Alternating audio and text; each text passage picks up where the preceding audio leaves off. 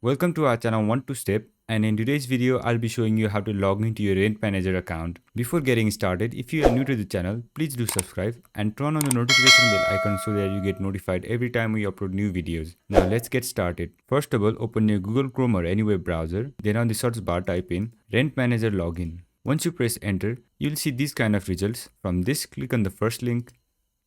Then you'll get to this page. On this page, click on Customer Portal located at top right.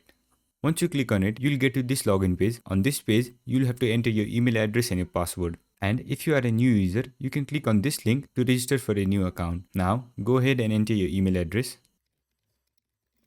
After that, enter your password.